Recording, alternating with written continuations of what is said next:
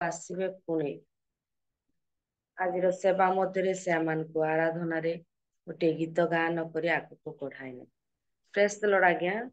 Press ଦ Lord ଦିଦି ଉପସ୍ଥିତ ପ୍ରତ୍ୟେକଙ୍କୁ ଖ୍ରୀଷ୍ଟ ପ୍ରେମର ନମସ୍କାର ଆଉ ପ୍ରେସ୍ ଦ ଲର୍ଡ ଜଣାଉଛୁ। ପ୍ରଭୁଙ୍କର ଦୟା ଅନୁଗ୍ରହ ସକାଶୁ ତାଙ୍କର ବିବିଧ ଦୟା ସକାଶୁ କେହି ମଧ୍ୟ ଆମେ ବିନଷ୍ଟ ହେଇନାହୁଁ।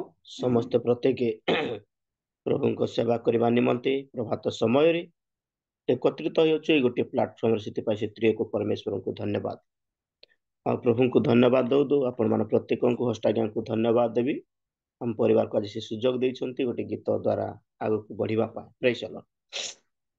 अति जनाशुना गीत तुम बिना प्रभु किछि चाहे ना पाइछि मो जीवन तुम दयारे जाऊ मो जीवन तुम सेवारे करूथिबी तुम स्तुति वंदना ए गीत गाय प्रभुकर महिमा करबा।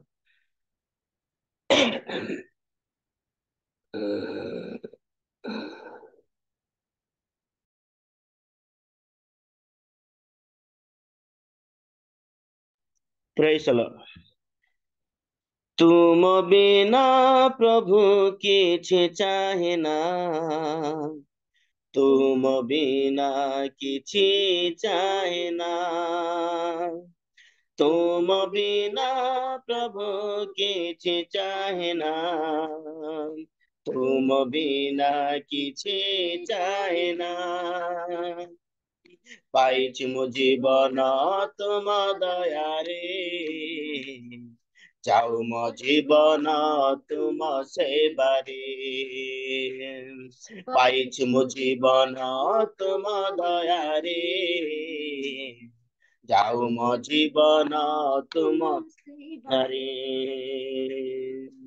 करुतिबी तुम स्तुति वंदना तुम बिना किछि चाहे ना तुम बिना किछि चाहे ना तुम बिना किछि चाहे ना तुम बिना किछि चाहे ना तुम बिना प्रभु किछि चाहे ना तुम बिना किछि चाहे ना तुम बिना प्रभु किछि चाहे ना तुम बिना किछि चाहे ना चलुथिबी प्रभु तुमरी पथरे हाथ धरि निया मते झुंटे मो पड़िले तले निया प्रभु दुख न आसीब मते चलुथिबी प्रभु तुमरी पथरे हाथ धरि निया मते झुंटी मो पड़िले तले निया प्रभु दुख न आसीब मते निराश जीवने आशा भरिल लुह मोर पछि निजर कल निराश जीवने आशा भरिल लुह मोर पछि निजर कल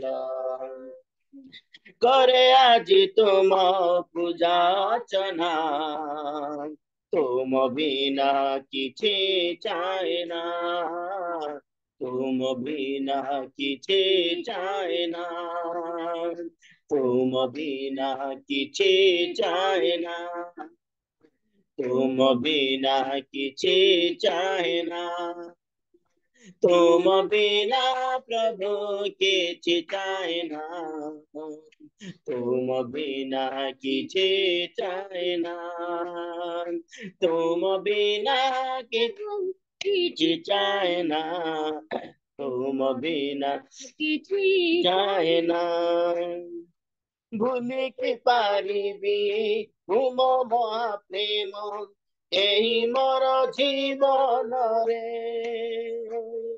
भजुथिबी सदा तुम नाम प्रभु मोर हृदय अंतर रे भूमि के पारिबी तुम महाप्रेम एही मोर जीवन रे भजुथिबि सदा तुम नाम प्रभु मोर रे तुमरी प्रेमर नहीं तुलना जगत तुम प्रेम बुझी पारे ना तुमरी प्रेमर नहीं तुलना जगत तुम प्रेम बुझी पारे ना କରୁଥିବି ତୁମ ପୂଜାର୍ଚ୍ଚନା ତୁମ ବିନା କିଛି ଚାହେନା ତୁମ ବିନା କିଛି ଚାହେନା ତୁମ ବିନା କିଛି ଚାହେନା ତୁମ ବିନା କିଛି ଚାହେନା ତୁମ ବିନା ପ୍ରଭୁ କିଛି ଚାହେନା तुम बिना किछे चाहेना तुम बिना प्रभु किछे चाहेना तुम बिना किछे चाहेना पाइछि मो जीवन तुम दयारे आउ मो जीवन तुम सेवारे पाइछि मो जीवन तुम दयारे जाऊ मो जीवन तुम बारे करुथिबि तुम स्तुति वंदना तुम बिना किछे चाहेना तुम बिना किछे चाहेना तुम बिना किछे चाहेना तुम बिना किछे चाहेना Praise the Lord. Praise the Lord. Hallelujah. Hallelujah. Praise the Lord. प्रभुଙ୍କର महिमा हो अति सुंदर भाବରେ उभय भाई पुणी दीदीଙ୍କୁ ମଧ୍ୟ ଧନ୍ୟବାଦ ଦିଏ ଆଉ ଅତି ସୁନ୍ଦର ଭାବରେ ଅର୍ଥପୂର୍ଣ୍ଣ ଗୀତ ଗାନ କରି ପ୍ରଭୁଙ୍କର ଗୌରବ କରିଛନ୍ତି ତାଙ୍କ ପରିବାରକୁ ସେବା କ୍ଷେତ୍ରକୁ ପ୍ରଭୁ ପ୍ରଚୁର ମାତ୍ରାରେ ଆଶୀର୍ବାଦ କରନ୍ତୁ ଆସନ୍ତୁ ଆମମାନେ ଆଉ ଗୋଟେ ଗୀତ ଶୁଣିବା ପାଇଁ ଯିବା ଯାହାକି ଆମମାନଙ୍କ ମଧ୍ୟରେ ଅଛନ୍ତି ସିଷ୍ଟର ସୁରଭି ମହାନନ୍ଦିଆ ଆମ ତାଙ୍କୁ ପ୍ରିୟ ପ୍ରଭୁ ଯୀଶୁ ଖ୍ରୀଷ୍ଟଙ୍କ ନାମରେ ସମ୍ମୁଖକୁ ଆହ୍ୱାନ ଜଣାଇ ସେ ସମ୍ମୁଖକୁ ଆସିବେ ପୁଣି ଗୋଟେ ଗୀତ ଗାନ କରି ପ୍ରଭୁଙ୍କର ଗୌରବ କରି ପ୍ରେଜ୍ ଦ ଲର୍ଡ ସିଷ୍ଟର ପ୍ରେଜ୍ ଦ ଲର୍ଡ ଦିଦି ପାଇଁ ମୋର ଭଏସ କ୍ଲିୟର ଅଛି ଦିଦି ଆଜ୍ଞା ଧନ୍ୟବାଦ ମୁଁ ପ୍ରଭୁକୁ ଧନ୍ୟବାଦ ଦିଏ ପ୍ରତ୍ୟେକ କାଳ ପ୍ରଭୁ ସୁଯୋଗ ଦେଲେ ସମୟ ଦେଲେ ପ୍ରଭୁ ଜୀବିତ ମାନଙ୍କ ମଧ୍ୟରେ ନାମ ସ୍ଥାନ ଦେଇ ତାଙ୍କ ସେବାରେ ମୋତେ ପୁଣି ଥରେ ପ୍ରଭୁ ତାଙ୍କ ଚରଣ ତଳେ ଆସିବା ପାଇଁ ସୁଯୋଗ ସମୟ ଦେଲେ ମୁଁ ଧନ୍ୟବାଦ ଦିଏ ଆଉ ହୋଷ୍ଟ ଆଜ୍ଞାଙ୍କୁ ଆଉ ଦିଦି ମଧ୍ୟ ମୁଁ ପାଠ କରି ଆଜିର ଗୀତ ଗାନକୁ ମୁଁ ଆରମ୍ଭ କରିବା ପାଇଁ ଚାହେଁ ଯାହା ଅଛି ଗୀତ ସଂଗୀତ 27 ର ତାର ତଳପଦ ତମ୍ବୁରେ ବଳି ମୁଁ ଗାନ କରିବି ମୁଁ ସଦାପ୍ରଭୁଙ୍କ ଉଦ୍ଦେଶ୍ୟରେ ପ୍ରଶଂସା ଗାନ କରିବି ଏ ବାକ୍ୟ ଦେଇ ପ୍ରଭୁ ଆମ ସମସ୍ତଙ୍କୁ ପ୍ରଚୁର ମାତ୍ରାରେ ଆଶୀର୍ବାଦ କରନ୍ତୁ ଆସନ୍ତୁ ମୁଁ ମଧ୍ୟ ଏକ ଜଣାଶୁଣ ଗୀତ ଗାଇବି ଯାହାକି ପ୍ରଭୁ ଆମକୁ କେତେ ଦୟା ଆଶୀର୍ବାଦ କରି ଆଜିର ଦିନ ଦେଖେଇଲେ ପ୍ରଭୁ ଆଉ ସେ ଆମର ସୃଷ୍ଟିକର୍ତ୍ତା ଆମର ରକ୍ଷାକର୍ତ୍ତା ପ୍ରଭୁ ଯୀଶୁ ଖ୍ରୀଷ୍ଟଙ୍କୁ ମୁଁ କୋଟି କୋଟି ଧନ୍ୟବାଦ ଦିଏ ଆସନ୍ତୁ ଆମେ ଧନ୍ୟବାଦର ଗୀତ ଏକ ଗାଇବା ପ୍ରଭୁଙ୍କ ମହିମା ପ୍ରଶଂସା କରିବା ମୁଁ ମଧ୍ୟ ନୁହେଁ ଆପଣ ମାନେ ସମସ୍ତେ ମଧ୍ୟ ମୋ ସହିତ ମିଶିକି ଆରାଧନା ପଢି ନେବା ପ୍ରଭୁ ଯୀଶୁ ତୁମେ ସୃଷ୍ଟିକର୍ତ୍ତା प्रभु जीसु तुम्हें आरोग्य दाता प्रभु जीसु तुम्हें सृष्टिकर्ता प्रभु जीसु तुम्हें आरोग्य दाता प्रेमरे तुम्हें दया सार प्रेमर तुम्हें दया सार प्रभु जीसु तुम्हें सृष्टि करता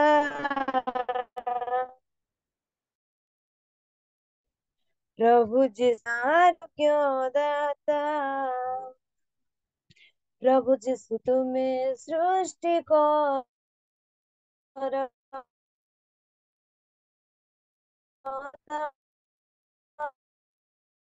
प्रभु जिसु तुम्हें अरे प्रभु तुम्हारी प्रभु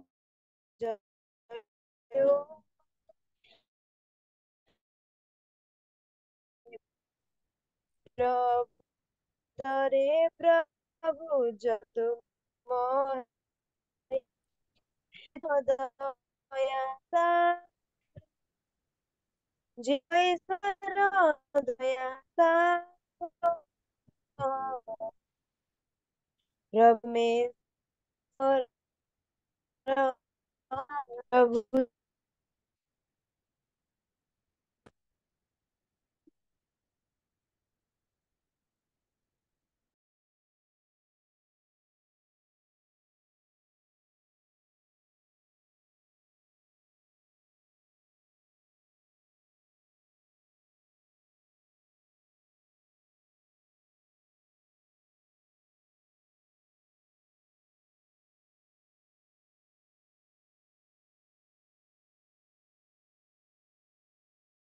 କହୁଛି କାରଣ ନେଟୱର୍କ ଯୋଗୁରୁ ବୋଧେ କଟିଗଲି ମୁଁ।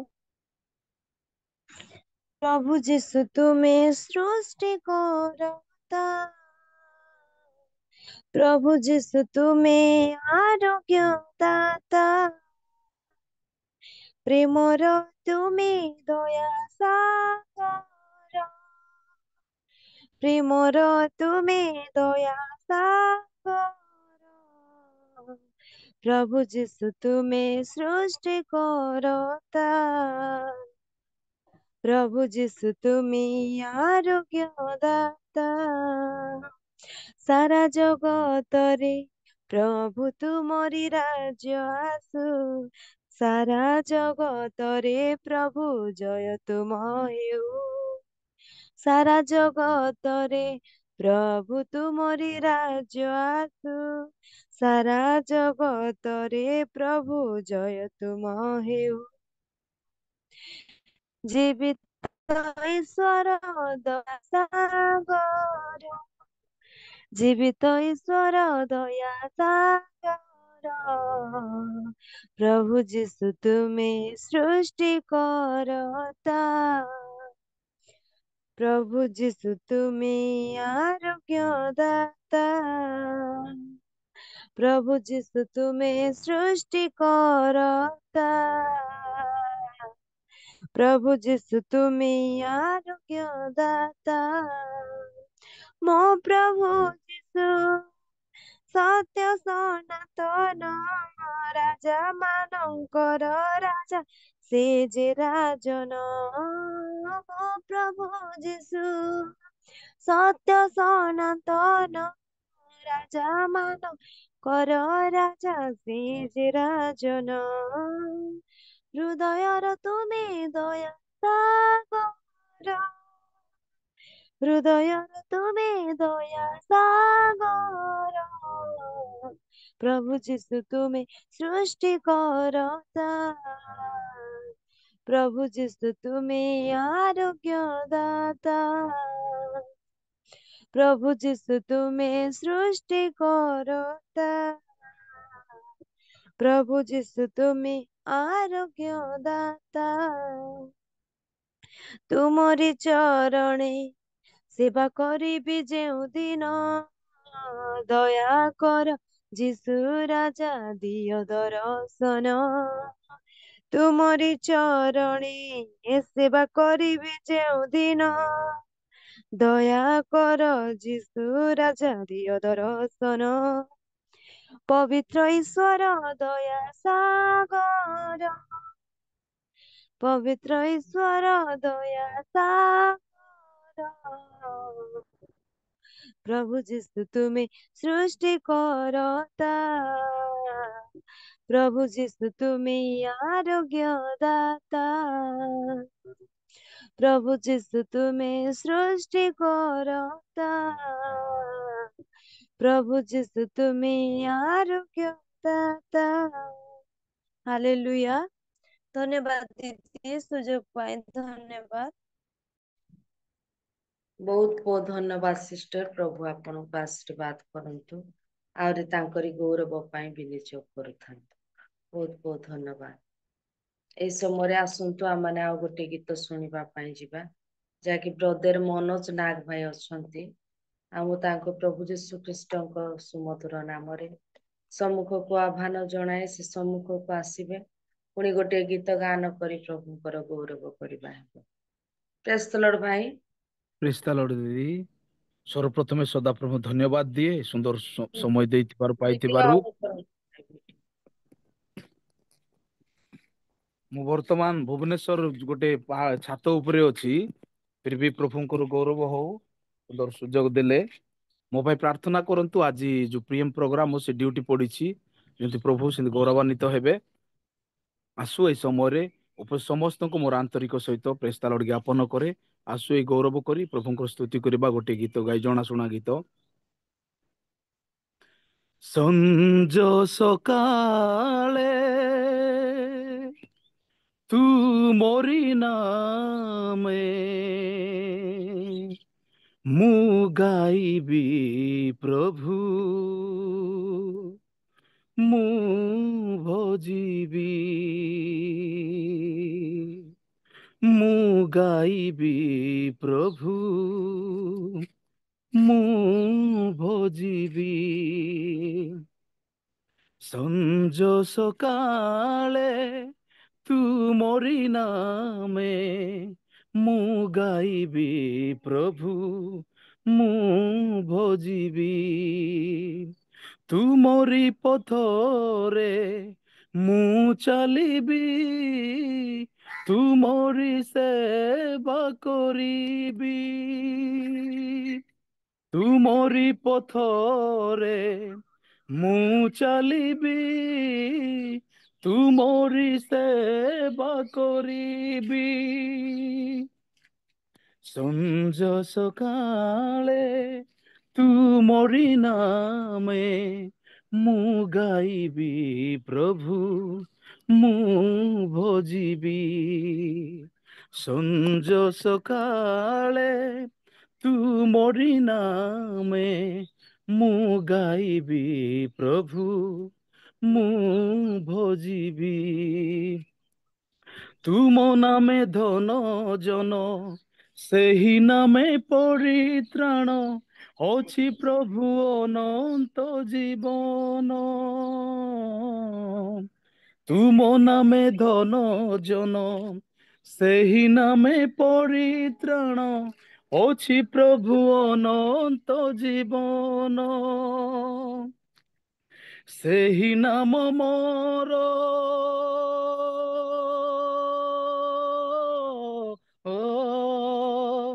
ସେହି ନାମେ ମୋର ଜ୍ଞାନ ସନମାନ, ବଢ଼ାଏ ମୋ ନିତି ଦିନ, ବଢ଼ାଏ ମୋ ନିତି ଦିନ। ସଞ୍ଜ ସକାଳେ ତୁ ମୋରି ନାମେ ମୁଁ ଗାଇବି ପ୍ରଭୁ, ମୁଁ ଭଜିବି। ସଞ୍ଜ ସକାଳେ ତୁ ମୋରି ନାମେ ମୁଁ ଗାଇବି ପ୍ରଭୁ, ମୁଁ ଭଜିବି। ଅହେ ପ୍ରଭୁ ଦୁଃଖ ହାରି, ଶୁଣ ନୀତି ମୋ ଗୁହାରି, କର ପ୍ରଭୁ ସଙ୍କଟରୁ ପାରି। ଅହେ ପ୍ରଭୁ ଦୁଃଖ ହାରି, ଶୁଣ ନୀତି ମୋ ଗୁହାରି, କର ପ୍ରଭୁ ସଙ୍କଟରୁ ପାରି। ତୁମେ ହିଁ ମୋହର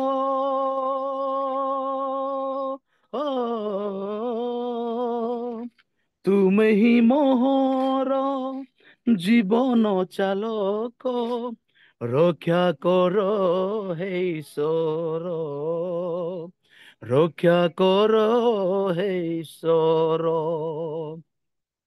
ସଞ୍ଜ ସକାଳେ ତୁମରି ନାମେ ମୁଁ ଗାଇବି ପ୍ରଭୁ ମୁଁ ଭଜିବି ସଞ୍ଜ ସକାଳେ ତୁମରି ନାମେ ମୁଁ ଗାଇବି ପ୍ରଭୁ ମୁଁ ଭଜିବି ମୁଁ ଗାଇବି ପ୍ରଭୁ ମୁଁ ଭଜିବି ମୁଁ ଗାଇବି ପ୍ରଭୁ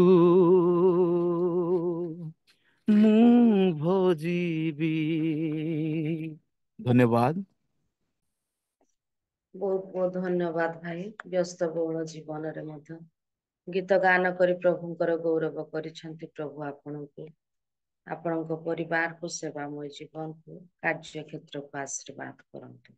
ଏ ସମୟ ମଧ୍ୟରେ ଆମମାନେ ଆଉ ଗୋଟେ ଗୀତ ଶୁଣିବା, ଯାହାକି ଆମମାନଙ୍କର ଅତି ପ୍ରିୟ ଦିଦି, ଆଉ ସମସ୍ତେ ଆମମାନେ ତାଙ୍କୁ ଜାଣିଅଛୁ। ଆଉ ପ୍ରବୀଣା ମାଲିକ ଦିଦି ଅଛନ୍ତି। ଆଉ ମୁଁ ତାଙ୍କୁ ପ୍ରଭୁ ଯୀଶୁଙ୍କ ନାମରେ ସମ୍ମୁଖକୁ ଆହ୍ୱାନ ଜଣାଏ, ସେ ଆସିବେ ପୁଣି ଆମମାନଙ୍କୁ ପ୍ରଭୁଙ୍କର ଗୌରବ ନିମନ୍ତେ ଆଗେଇ ନେବେ। ପ୍ରେଜ୍ ଦ ଲର୍ଡ ଦିଦି। Praise the Lord, sister. ସର୍ବପ୍ରଥମେ ସୃଷ୍ଟିକର୍ତ୍ତାଙ୍କୁ ଧନ୍ୟବାଦ ଦେବା ସଙ୍ଗେ ସଙ୍ଗେ ହୋଷ୍ଟ ଆଜ୍ଞାକୁ ଧନ୍ୟବାଦ ଦିଏ ସୁଯୋଗ ପାଇଁ। ଜସ୍ମିନୀ ସିଷ୍ଟରଙ୍କୁ ବି ଧନ୍ୟବାଦ ଦିଏ ସୁନ୍ଦର ଆହ୍ୱାନ ପାଇଁ। ଜୁମରେ ଉପସ୍ଥିତ ହୋଇଥିବା ପ୍ରତ୍ୟେକ ପ୍ରଭୁଙ୍କର ଦାସ ଦାସୀ ମାନଙ୍କୁ ପ୍ରେଜ୍ ଦ ଲର୍ଡ। ଆସନ୍ତୁ ଆମମାନେ ଶେଷ ଗୀତଟି ଗାଇ ପରମେଶ୍ୱରଙ୍କର ମହିମା ଗୌରବ କରିବା। ଝରି ଝରି ଯାଏ ଆଖିଲୁ ଭାଧାର ଦୁଃଖ ସମୟର କରୁଣ ଭରା ଆଖିକୁ ଦେଖି ଯୀଶୁଙ୍କର ଦେଖି ଯୀଶୁଙ୍କର ତୁମେ ଦୟା ସାଗର ପୋଛିଲ ଆଖିର ଲୁହ ତୁମେ ସାର ହୋଇ ମୋହର ଆଶ୍ରା ହେଲ ମୋହର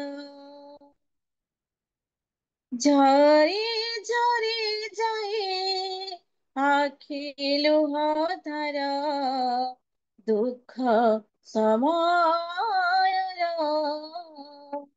କରୁଣ ଭରା ଆଖିକୁ ଦେଖି ଯୀଶୁଙ୍କର ଦେଖି ଯୀଶୁଙ୍କର ଯୀଶୁ ତୁମେ କେଡ଼େ ଦୟାମୟ ମୋର ପାପକୁ କରିଛ କ୍ଷମା ତୁମ କରୁଣାର ହସ୍ତ ଯେ ବିରାଟ ନାହିଁ ତାର ମାପର ସୀମା ଯୀଶୁ ତୁମେ କେଡ଼େ ଦୟାମୟ ମୋର ପାପକୁ କରିଛ କ୍ଷମା ତୁମ କରୁଣାର ହସ୍ତ ଯେ ବିରାଟ ନାହିଁ ତାର ପାପର ସୀମା ତୁମ ପ୍ରେମର ଗଭୀରତା ମାପି ହୁଏ ନା ମୁଁ ପାଇଛି ତାର ପ୍ରଚୁରତା ତୁମ ପ୍ରେମର ଗଭୀରତା ମାପି ହୁଏ ନା ମୁଁ ପାଇଛି ତାର ପ୍ରଚୁରତା ତୁମେ ଦୟା ସାଗର ପୋଛିଲ ଆଖିର ଲୁହ ତୁମେ ସାହାର ହୋଇ ମୋହର ଆଶ୍ରା ହେଲ ମୋହର ଝରି ଝରି ଯାଏ ଆଖି ଲୁହ ଧାର ଦୁଃଖ ସମୟର କରୁଣ ଭରା ଆଖିକୁ ଦେଖି ଯୀଶୁଙ୍କର ଦେଖି ଯୀଶୁଙ୍କର ଧନ୍ୟ ଯୀଶୁ ଧନ୍ୟ ତୁମେ ମୋ ପାଇଁ ରଖିଛ ଛବି ତୁମ ହସ୍ତରେ ଆଙ୍କି ତୁମ ରୂପକୁ ଦେଖିବା ପାଇଁ ରହିଛି ଚାହିଁ ପାଇବି ଦେଖା ଧନ୍ୟ ଯୀଶୁ ଧନ୍ୟ ତୁମେ ମୋ ପାଇଁ ରଖିଛ ଛବି ତୁମ ହସ୍ତରେ ଆଙ୍କି ତୁମ ରୂପକୁ ଦେଖିବା ପାଇଁ ରହିଛି ଚାହିଁ ପାଇବି ଦେଖା ଅନୁଭବି ମୁଁ ପାଇଛି ସେ ରୂପକୁ ହୋଇଛ ମୋର ଚିର ସଖା ଅନୁଭବି ମୁଁ ପାଇଛି ସେ ରୂପକୁ ହୋଇଛ ମୋର ଚିର ସଖା ତୁମେ ଦୟାର ସାଗର ମୋର ପୋଛିଲ ଲୁହର ଧାର ତୁମେ ସହାରା ହୋଇ ମୋର ହସାଇଲ ମୋହର ଝରି ଝରି ଯାଇ ଆଖି ଲୁହ ଧାର ଦୁଃଖ ସମୟର କରୁଣ ଭରା ଆଖିକୁ ଯୀଶୁଙ୍କର ଦେଖି ଯୀଶୁଙ୍କର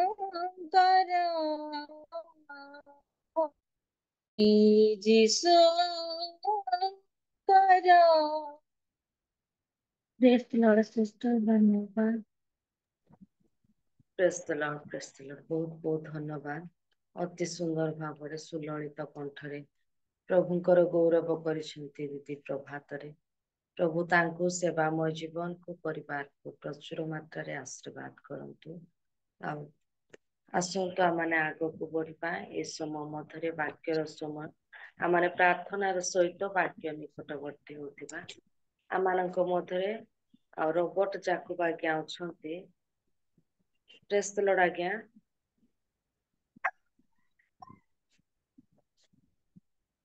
ରୋବଟ ଯାକୁବ ଆଜ୍ଞା ଶୁଣି ପାରୁଛନ୍ତି କି?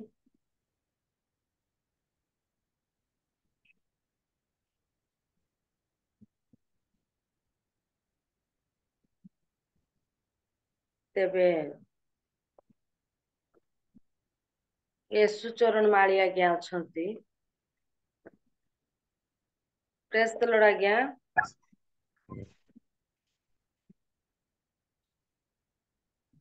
ୟେଶୁଚରଣ ମାଳି ଆଜ୍ଞା ଶୁଣି ପାରୁଛନ୍ତି କି? ଅସୁସ୍ଥ ଅଛନ୍ତି ଆଉ କାହାକୁ ଦେଇ ଦିଅନ୍ତୁ ଆଜ୍ଞା ଆଜ୍ଞା। ତେବେ ପବିତ୍ର ଜେନା ଆଜ୍ଞା ଅଛନ୍ତି। ପ୍ରେଜ୍ ଦ ଲର୍ଡ।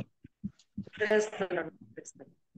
ଏ ସମୟରେ ଆରାଧନା କରି ଯାଇଥିବା ଚାରୋଟି ବା ଦୁଇଟି ଭାଇ ପୁଣି ଦୁଇଟି ଭଉଣୀଙ୍କ ପାଇଁ ତତ୍ସହିତ ଇଣ୍ଟରସେକ୍ସନ ପ୍ରେରେ ପଢେଇ ନେଇଥିବା ଆମର ପ୍ରେମାଙ୍ଗିନୀ କର ଦିଦିଙ୍କ ନିମନ୍ତେ ତାଙ୍କ ସେବା କାର୍ଯ୍ୟ ନିମନ୍ତେ ଆଉ ତାଙ୍କ ସହଯୋଗରେ ଯେଉଁମାନେ ପ୍ରାର୍ଥନାକୁ ଆଗକୁ ବଢେଇଛନ୍ତି ପ୍ରତ୍ୟେକ ଭାଇ ଭଉଣୀ ମାନଙ୍କ ନିମନ୍ତେ ଆଗକୁ ବାକ୍ୟ ଶୁଣିବାର ରହିଛି। ଆଉ ପ୍ରଭୁଙ୍କ ଉପସ୍ଥିତି କାମନା କରି ପ୍ରାର୍ଥନା କରୁ। ପ୍ରେମମୟ ସ୍ୱର୍ଗସ୍ଥ ପିତା ତମର ସେ ପବିତ୍ର ନାମକୁ ଧନ୍ୟବାଦ ଦଉଛୁ, ପ୍ରଶଂସା କରୁଛୁ, ଗୌରବ କରୁଛୁ। ତମର ସେ ଅସୀମ ପ୍ରେମ ଦୟାରୁ ପୁନର୍ବାର ଏକ ଦିନର ପ୍ରତ୍ୟୁଷରେ ରିଏଲ ମିନିଷ୍ଟ୍ରି ଅଫ ଇଣ୍ଡିଆ ତରଫରୁ ପ୍ରଭୁ ଆମକୁ ଏଇ ଛାୟା ତଳେ ତମର ପ୍ରିୟ ଦାସ ଦାସୀ ମାନଙ୍କ ସହିତ ତମର ଉପାସନା କରିବା ପାଇଁ ଦେଇଛ, ଏଥିପାଇଁ ଧନ୍ୟବାଦ ଦଉଛୁ। ପ୍ରଭୁ ପ୍ରାରମ୍ଭରେ मध्यस्थी प्रार्थना रे कड़े नौथिबा तमर कर सिस्टर को तमर हस्तर समर्पण करूछु। रात समय रे सुनिद्रा भग्न करी प्रभु कड़े नहीं थिबारु तांको एवं तांको परिवार को आशीर्वाद कर, पवित्र आत्मा को शक्ति रे कर्तृत्व कर, शेष संध्या पर्यंत तुम इंगित रहा पारे तुम दया कर। प्रार्थना करुछु बापा जो मान को अनुरोध करा जाइतिला तुम प्रिय दास दासी माने प्रभु अनेक तुम ठारे प्रभु प्रार्थना रखी अछंती बापा से तुम्हें प्रार्थना श्रवणकारी उत्तर देवा परमेश्वर जो माने प्रार्थना करथिले समान को तुम आशीर्वाद करो, तुम्हें दया करो, अनुग्रह करो। एही परि प्रार्थना समय रे प्रभु एही उपासना रे जोग दे प्रार्थनार सहित जीवन काटिबा को पारिबे एथि तुम दया करो। मध्य एही समय रे जो वाणिज्य मानकर परिचालना करू अछंती जस्मिन फणजी को तुम हस्त समर्पण करुछु बापा, तांको सेवा कार्य तांको परिवार को तांको तुम आशीर्वाद करो। वास्तव भाव में तुम्हें तांको आह्वान करिछ तुम सेवा कार्य करबा पाए, तांको शेष संध्या पर्यंत पवित्र आत्मार कर्तृत्व कर, शक्ति दियो। एही परि पवित्रता सौंदर्य रे परिचालना करबा को पारिबे एथि तुम दया करो। मध्य प्रार्थना करुछु बापा आज तुम्हें दुईटी भौणी दुईटी भाई को तुम्हें मनोनीत कल, तांको सुकंठ दे तुम आराधना स्तुति प्रशंसा करबा पाए मध्य से माने मध्य प्रभु तुमको भय करी भक्ति सहित तांकर कंठर स्वर आमान को शुणाई आमको शुणाई नांती प्रभु तुम्हें ही शुणीच। वास्तव भाव से तुम उत्तम कंठ दियो, उत्तम उद्दीपना दियो। एपरि प्रभु से सेवा कार्य से जहा किछि कार्य करंती ना प्रभु से आगामी समय मानकर तुम गो प्रशंसा करबा पाए तुम्हें साहाय्य कर, से परिवार मान को आशीर्वाद कर, जो सेवा कार्य अछंती तुम्हें दया करी अनुग्रह कर। वर्तमान प्रार्थना करुछु बापा आज दिन पाए तुम्हें मनोनीत करिछ, तुम आह्वान करिछ से स्वर्गीय मान्ना मान को देवा पाए प्रभु निश्चित भाव रे प्रभु से दासन को तुम हस्तर समर्पण करुछु।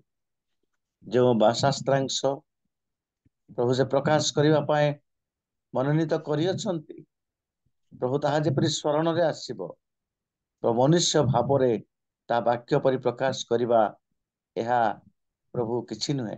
पवित्र आत्मा को शक्ति निश्चित भावे तांको तुमे कर्तृत्व करो, जो चिंता स्मरण शक्ति दियो तांको लुचाओ हजाओ तम वाक्य तुमे कथा को आमे शुणिबु ग्रहण करिबु विश्वास करिबु। ए अंतिम समय प्रस्तुत हेबु उपस्थित प्रत्येक को तुमे दया करो। रेल मिनिस्ट्री परिवार मध्य रे आज जो माने उपस्थित हेई पारि नांती कौन कारणवशत प्रभु आगामी समय से माने जेपरि उपासना जोग देबे एथि तुमे दया करो। आमे जेते उपस्थित रहिछु आमान को पवित्र आत्मा रक्त करो, सुबा पाए ग्रहण करबा पाए आमान को तुमे दया करो। उपस्थित प्रत्येक को तुम आशीर्वाद करो। ये समस्त प्रार्थना त्राणकर्ता प्रभु यीशु ख्रीष्ट को नाम रे मागुछ पिता, आमेन आमेन। बहुत बहुत धन्यवाद मामा प्रभु आपण को सेवामय जीवन को परिवार को प्रचुर मात्रा रे आशीर्वाद करंतु। आसंतु आमने आग को बढ़िबा। ए समय प्रमुख समय अटे जाकि ईश्वर को मुख निसृत वाक्य को शुणिबार समय, प्रस्तुत हेबार समय। मु प्रत्येक को अनुरोध करे आमाने जदि उपयुक्त स्थान रे अछु तेबे आमाने वीडियो को ऑन करबा पुणी बसिबा ईश्वर को वाक्य शुणिबा। ए समय मध्य आमाने प्रभु को दासों को समस्ते जानी अछु से घरे घरे अति परिचित प्रतिटी जुमरे ईश्वर को वाक्य दे आमान को आत्मिक जीवन रे पढ़ाई नहीं थांती। आज मध्य सुजोग पाइथिबा सकाशे आमान को निकट को आसथिबा सकाशे तांको मध्य धन्यवाद दौ दौ। प्रभु यीशु ख्रीष्ट को सुमधुर नाम रे प्रिय रेवरेंट भाई प्रवीर कुमार सिंह को मु सम्मुख को आह्वान जनाए से सम्मुख को आसीबे पुणी आमान को ईश्वर को वाक्य कोई आग को पढ़ाई नेबे। आसंतु प्रभु को दासों को आमाने करताल दे उत्साहित करी आह्वान जनाए। समस्त को नमस्कार। Praise the Lord.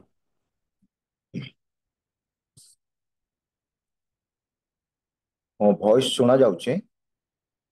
ଓକେ, ବହୁତ ଧନ୍ୟବାଦ। ପ୍ରଭୁଙ୍କୁ କୃତଜ୍ଞ ଭରା ହୃଦୟରେ ଧନ୍ୟବାଦ ଦିଏ ଯେ ଆଜି ପ୍ରଭାତରେ ପ୍ରିୟ ପ୍ରଭୁଙ୍କର ଦାସ ମାନଙ୍କର ରେଭରେଣ୍ଡ ପିତର ଆଜ୍ଞା ମତେ ଏ ଅପୂର୍ବ ସୁଯୋଗ ଦେଇଥିବା ହେତୁରୁ ମୁଁ କୃତଜ୍ଞ ଭରା ହୃଦୟରେ ଧନ୍ୟବାଦ ଦିଏ। ଆଉ ଆମ ପଡ଼ୋଶୀ ହିଁ ନଗର ବଡ଼ପଦାରୁ, ଆଉ ମୁଁ କେତେ ବର୍ଷ ବହୁତ ସିନିୟର, ଆଉ ପ୍ରଭୁଙ୍କୁ ଧନ୍ୟବାଦ ଦଉଛୁ। ପ୍ରଭୁ ଗଜପତିର ପ୍ରଭୁଙ୍କ ପ୍ରିୟ ଦାସ ମାନଙ୍କୁ ବିଭିନ୍ନ ପ୍ରାନ୍ତରେ ଓଡ଼ିଶାର, ଭାରତର, ପୃଥିବୀର ବିଭିନ୍ନ ପ୍ରାନ୍ତରେ ପ୍ରଭୁଙ୍କର ସେବା କରିବା ପାଇଁ ଅନେକଙ୍କୁ ମନୋନୀତ କରିଛନ୍ତି, ତେଣୁ ପ୍ରଭୁଙ୍କ ନାମର ଧନ୍ୟ। ଆଉ ମୁଁ ଧନ୍ୟବାଦ ଦିଏ ଯେ ଗତକାଲି ମଧ୍ୟ ଇମାନୁଏଲ ପ୍ରୋଗ୍ରାମରେ ଥିଲେ, ଇମାନୁଏଲ ମିନିଷ୍ଟ୍ରିରେ ପ୍ରଭୁଙ୍କ ବାକ୍ୟ ଦେବା ପାଇଁ ସୁଯୋଗ ପାଇଥିଲି। ଆଜି ମଧ୍ୟ ପ୍ରଭୁ ତାଙ୍କ ଦାସଙ୍କ ଦେଇ ମତେ ପ୍ରଭାତରେ ଏ ଅପୂର୍ବ ସୁଯୋଗଟି ଦେଇଥିବା ହେତୁରୁ ମୁଁ ଧନ୍ୟବାଦ ଦିଏ। ଜୁମ୍ ପ୍ଲାଟଫର୍ମରେ ଯେତେ ଆମେ ବସିଛେ ଆଉ ଯେଉଁମାନେ ଡିଭାଇସ୍ ଖୋଲିକି ବସିଛନ୍ତି ସେମାନଙ୍କ ପାଇଁ ପ୍ରଭୁଙ୍କୁ ଧନ୍ୟବାଦ ଦିଏ। ଯେଉଁମାନେ ଡିଭାଇସ୍ ଖୋଲି ନାହାନ୍ତି ମଧ୍ୟ ପ୍ରଭୁ ସେମାନଙ୍କୁ ଆଶୀର୍ବାଦ କରନ୍ତୁ। ବାକ୍ୟ ଆମମାନେ ଶୁଣିବା ପାଇଁ ଯିବା। ତେବେ ପ୍ରତିଦିନ ଜୁମ୍ ମାଧ୍ୟମରେ ବର୍ତ୍ତମାନ ଗୋଟେ ସୁନ୍ଦର ମିଡ଼ିଆ ଆମ ପାଇଁ ପାଖରେ ଅଛି। ଆମେ ଶୋଇକି ବି ବାକ୍ୟ ଶୁଣିଛୁ, ଆଉ ନିଦ୍ରାଗ୍ରସ୍ତ ହେଇକି ମଧ୍ୟ ବାକ୍ୟ ଶୁଣୁଛୁ। ବାକ୍ୟ ଶୁଣୁଛୁ, ପ୍ରଭୁଙ୍କ ବାକ୍ୟ ଶୁଣୁଛୁ, ଆଉ ସୁଯୋଗ ପ୍ରଭୁ ଆମମାନଙ୍କୁ ଦେଇଛନ୍ତି ଏଇ ବାକ୍ୟ ଶୁଣିବା ପାଇଁ। ସେଥିପାଇଁ ଗତକାଲି ମୁଁ କହୁଥିଲି ଯେ ଯୋଉ ଆମୋସ ପୁସ୍ତକରେ ଆମେ ଦେଖିଛୁ ଯେ 8, 11, 12 ପର୍ବରେ ଯେ ସମୟ ଆସୁଛି ଯେ ପ୍ରଭୁ ପରମେଶ୍ୱର ନିଜେ କହୁଛନ୍ତି ଯେ ସମୟ ଆସୁଛି ଆଉ ଖାଦ୍ୟ କି ବସ୍ତ୍ର କି ଆଉ କିଛି ବିଷୟର ଦୁର୍ଭିକ୍ଷ ହବ ନାହିଁ, ଈଶ୍ୱରଙ୍କର ବାକ୍ୟରେ ହିଁ ଦୁର୍ଭିକ୍ଷ ହବ। ସେଥିପାଇଁ ପ୍ରଭୁଙ୍କର ବାକ୍ୟରେ ଲେଖା ଅଛି, ସାଧୁ ପାଉଲ ଗତକାଲି ମଧ୍ୟ କହୁଥିଲି କଲସିୟ ମଣ୍ଡଳୀକୁ ସେ କହିଲେ 1:3-16 ଯେ ଲେଖା ଅଛି ଖ୍ରୀଷ୍ଟଙ୍କ ବାକ୍ୟ ପ୍ରଚୁର ଭାବେ ତୁମାନଙ୍କ ଠାରେ ବାସ। Let the word of Christ live in your heart richly. ଖ୍ରୀଷ୍ଟଙ୍କ ବାକ୍ୟ ତୁମାନଙ୍କ ମଧ୍ୟରେ ପ୍ରଚୁର ଭାବେ ବାସ। ଯେହେତୁ ଖ୍ରୀଷ୍ଟଙ୍କ ବାକ୍ୟ ହିଁ ଆମମାନଙ୍କ ଜୀବନରେ ଆମଙ୍କର ଆତ୍ମିକ ମାନ ଆମମାନେ ବଢିବା ପାଇଁ ତାହା ହିଁ ଆମ ପାଇଁ ସୁଦୃଢ ଅଟେ। ତାହା ଆମମାନଙ୍କୁ ଦିନ ପ୍ରତିଦିନ ଆମମାନେ ପ୍ରଭୁଠାରେ ବଢିବା ପାଇଁ ସାହସ ସାମର୍ଥ୍ୟ ମିଳିବ।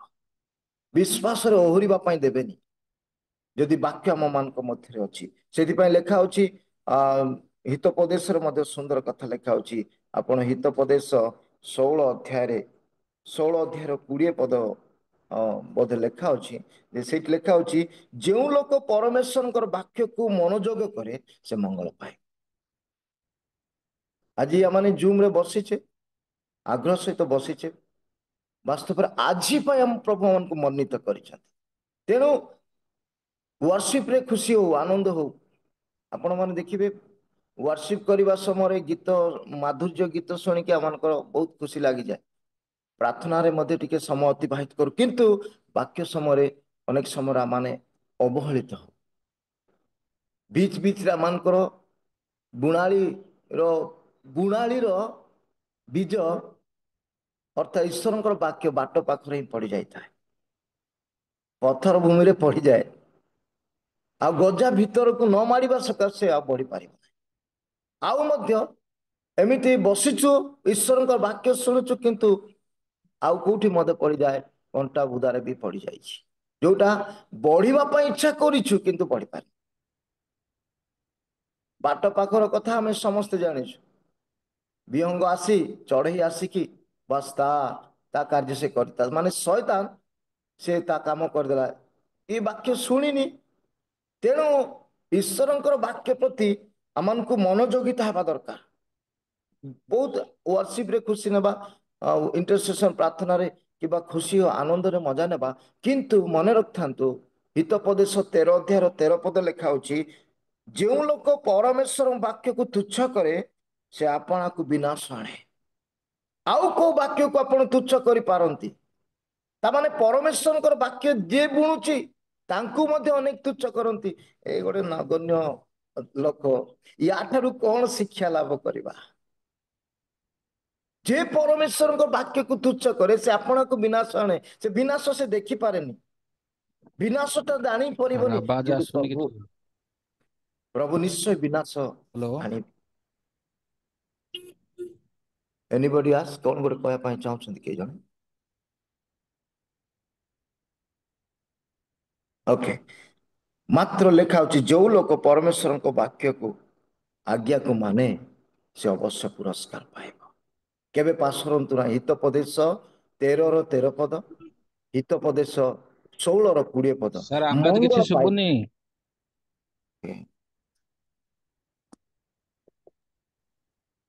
ଆବାଜ ହ୍ୟାଲୋ, ଆସୁଛି ଆଜ୍ଞା, ଆମକୁ ଆସୁଛି। ଆଚ୍ଛା, ଓକେ, ଠିକ ଅଛି। କାହା କାହାର ମାନେ ମୋବାଇଲ ଟିକେ କିଛି କିଛି ଶୁଣା ଥିବ ଯାଉନି ଆଜ୍ଞା, ନେଟୱାର୍କ, କିଛି ଶୁଣା ଯାଉନି। କଣ କରାଯିବ ତାହେଲେ? ନେଟୱାର୍କ କାହା କାହାର ପ୍ରୋବ୍ଲେମ ଥାଏ ସେଥିପାଇଁ। ଶାନ୍ତ ଆଜ୍ଞା, ସମସ୍ତଙ୍କୁ ଶୁଭା ଯାଉଛି। ଆପଣଙ୍କର ନେଟୱାର୍କ ପ୍ରୋବ୍ଲେମ ହେଇଥାଇପାରେ, ବୋଧ ଆପଣ ହୁଏ ଅଫ୍ ନେଟୱାର୍କ କରିକି ଆଉ ଥରେ ଅନ୍ କରନ୍ତୁ। ତାକି ହଁ ବୋଧେ ହୁଏ ହଁ, ଶୁଣାଯିବ। ପ୍ରେଜ ଓକେ, କଣ୍ଟିନ୍ୟୁ କରନ୍ତୁ। ହଁ, ସେ ସୁଇଚ୍ ଅଫ୍ କରି ଆଉ ଥରେ ଅନ୍ କରନ୍ତୁ ହବ। ରାଇଟ୍ ରାଇଟ୍ ଶୁଭା ଯାଉଛି, ଶୁଭା ଯାଉଛି। ରାଇଟ୍, ଓକେ ଦେନ୍ ଠିକ ଅଛି। ପ୍ରଭୁଙ୍କ ବାକ୍ୟ ଆଡକୁ ଯିବା। ତେଣୁ ଆମେ ଅଜଣା ବିଷୟ କିଛି ନାହିଁ ଈଶ୍ୱରଙ୍କ ବାକ୍ୟରେ। ବର୍ତ୍ତମାନ ଆଜି ଯେତେ ପ୍ରଭୁଙ୍କର ଦାସ ମାନେ ଦାସୀ ମାନେ ଜଏନ କରିଛନ୍ତି, ଆମେ ଈଶ୍ୱରଙ୍କର ବାକ୍ୟରୁ କୌଣସି ଭାବେ ଉଣା ନାହିଁ। ବହୁତ ସୁନ୍ଦର ଭାବେ ବାକ୍ୟ ମାନେ ପ୍ରାଞ୍ଜଳ ଭାବେ ଅନ୍ୟକୁ ଶିକ୍ଷା ଦଉ। ମଧ୍ୟ ଆମେ ଶିକ୍ଷକ ଅନ୍ୟକୁ ମଧ୍ୟ ଶିକ୍ଷା ଦେଇକି ତିଆରି କରୁଛୁ। କିନ୍ତୁ ମନେ ରଖନ୍ତୁ, ଯେତେବେଳେ ଈଶ୍ୱରଙ୍କର ବାକ୍ୟ କ୍ଷୁଦ୍ର ଦାସ ହଉ କି ମହାନ ଦାସ ହଉ ବୁଣାଯାଏ, ଈଶ୍ୱରଙ୍କର ବାକ୍ୟକୁ ଅନେକ ସମୟରେ ସେ ବାକ୍ୟ କହୁଛି କଣ କହିବ ଛାଡ଼, ହେଳା କରି ହେଳା ଭାବେ ଶୁଣିବେନି। ଯେ ଈଶ୍ୱରଙ୍କର ବାକ୍ୟକୁ ତୁଚ୍ଛ କରିବ ସେ ଆପଣାକୁ ବିନାଶ ଆଣିବ।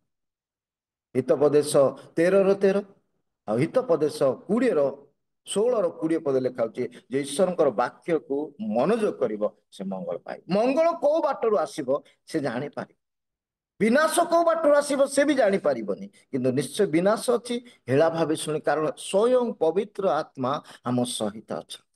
ଏଇ ଯୋଉ ପବିତ୍ର ଈଶ୍ୱରଙ୍କର ବାକ୍ୟର ଲେଖକ ଏବେ ବି ଜୀବିତ, ସେ ମୃତ ନୁହନ୍ତି। କୌଣସି କାଳ୍ପନିକ କଥା ବିଷୟ ଏଥିରେ ଲେଖା ଯାଇନାହିଁ। ଏବେ ଆମେ ଯେତେବେଳେ ପ୍ରଭୁଙ୍କର ବାକ୍ୟ ସାର୍ କିଛି ପଢୁଛେ, ଶୁଣା ପ୍ରଭୁଙ୍କ ଯାଉନି। what happened? ଆବାଜ କିଛି ଆସୁନି।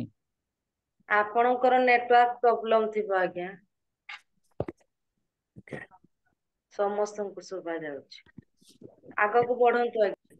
ଓକେ ତେଣେ ପବିତ୍ର ଆତ୍ମା ଈଶ୍ୱରଙ୍କର ବାକ୍ୟକୁ ଅତି ଗୁରୁତ୍ୱ ଭାବେ ବୁଝିବା ପାଇଁ ଆମମାନଙ୍କୁ ଦିଅନ୍ତୁ, ଆଉ ସିରିୟସ ନେବା ପାଇଁ ମଧ୍ୟ ସାହାଯ୍ୟ କରନ୍ତୁ। କାରଣ ଜୀବନରେ ଆମମାନଙ୍କୁ ବାକ୍ୟ ହିଁ ଆମମାନଙ୍କର ଚଲାପଥର ପଥିକ ଅଟନ୍ତି। ସେଥିପାଇଁ let the word of Christ live in your heart richly, ପ୍ରଚୁର ଭାବେ ତୁମ ଅନ୍ତରରେ ଈଶ୍ୱରଙ୍କ ବାକ୍ୟ ବାସ କର। ଆଜି ମୁଁ ଜାଣିଛି ନିଶ୍ଚୟ ପ୍ରଭୁଙ୍କର ଦାସ ଦାସୀ ମାନଙ୍କ ମଧ୍ୟରେ ବାକ୍ୟ ପ୍ରଚୁର ଭାବେ ବାସ କରିଛି, କିନ୍ତୁ ବାକ୍ୟ ଅନୁସାରେ ଜୀବନ ଯାପନ କରୁଛେ କି ନାହିଁ ନିଜକୁ ତାହା ଯାଞ୍ଚ କରିବା, ତାହା ହେଉଛି ବଡ କଥା। ଅଳ୍ପ ସମୟ ପ୍ରଭୁଙ୍କ ବାକ୍ୟ ମଧ୍ୟକୁ ଯିବା।